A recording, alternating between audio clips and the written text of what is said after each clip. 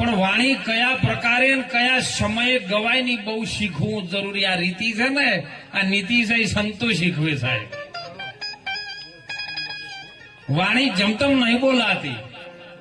વાણી તું આદ્ય શક્તિ. આપણો સદારામ બાપા કે સાહેબ, વાણી તું આદ્ય શક્તિ, તને વંદન કરું વારંવાર. સંત મહંત પંડિત ને મુખ દીપાવન હાર. મનમુખી આવે, માયામુખી આવે, ભયમુખી આવે, અને ચોક જો ગુરુમુખી આવી જાય ને તો પલમાં બેડો પાર થઈ જાય. રામદેવ પીરની વાણી આવે ને 12 વાગ્યાના પહેલા ન બોલાય એમ કહું. કોઈ દિવસ ન બોલાય. અને પ્રસંગ કયો છે, પ્રસંગના અનુરૂપ વાણી આવે ને, આ બધી રીત ગુરુ મહારાજ શીખવાડે, બીજો ન શીખવાડે એમ. ખૂબ જાગતા રહેજો.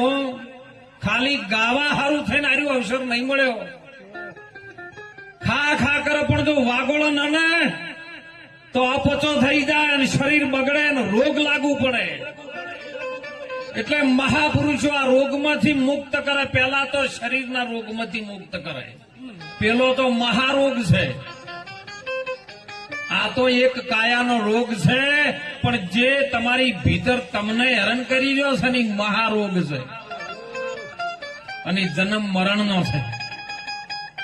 એને ઓળખવા માટે રીત જોઈએ, અને રીત જો ના આવડે તો આપણે હદ વચ્ચે ભૂલા પડીએ એમ. એટલે સંતો આપણને રીત શીખવાડે છે.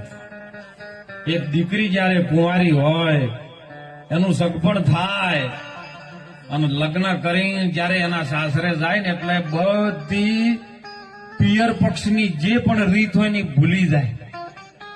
એના સાસરા પક્ષની રીત પકડાય. અને જો એ જ્યાં પછી દ્વારી ન પકડે ને તો ઘેર પાછું આવવું પડે એમ. અને એટલે સુંદર વાણીમાં પણ નહીં કીધું કે છોડી પિયરિયું ને મારે જાવું રે સાસરીએ સાસરીએ. અરે મરે શરમ મને શાની બોલાવે સતગુરુ જ્ઞાન. ભજનમાં આવે ને વરી ગયા હોય તો શરમ ના હોય સાહેબ. પિયરિયું છોડીને હાહરિયામ જવું હોય શરમ છે નહીં. અને જો શરમ લાગે ને તો ભજન વણી ન બોલી શકે. અવસર છે ને એ માણસ નો મળ્યો છે. 4 ખોણીના જીવાત્મામાં ઉત્તમ જો ખોણીમાં મળ્યો હોય ને તો આ મનુષ્યની યોની છે. મનુષ્ય યોનીની અંદર સદગુરુ પરમાત્મા જો મળી જાય, સદગુરુ આપણને હાચા મળી જાય તો સાહેબ એક પલની અંદર મનુષ્યમાંથી તમને નારાયણ બનાવી દે. વાર ન લાગે. હોબેલા કાહમાં આવા. અને જો કદાચ ડોગેર ઉપર ફોતરું છે પણ કાહની ધારમાં આવી જાય ને જો ફોતરું ઉખડી જાય ને તો ચોખ્ખો થઈ જાય. ધારમાં આવવું પડે, ધારમાં પણ ખસી જઈ અને ફોતર ન ઉકળે. એ આખા નાખા રહી જાય. અને જવ જાય શના કોમમાં આવી ખબર છે?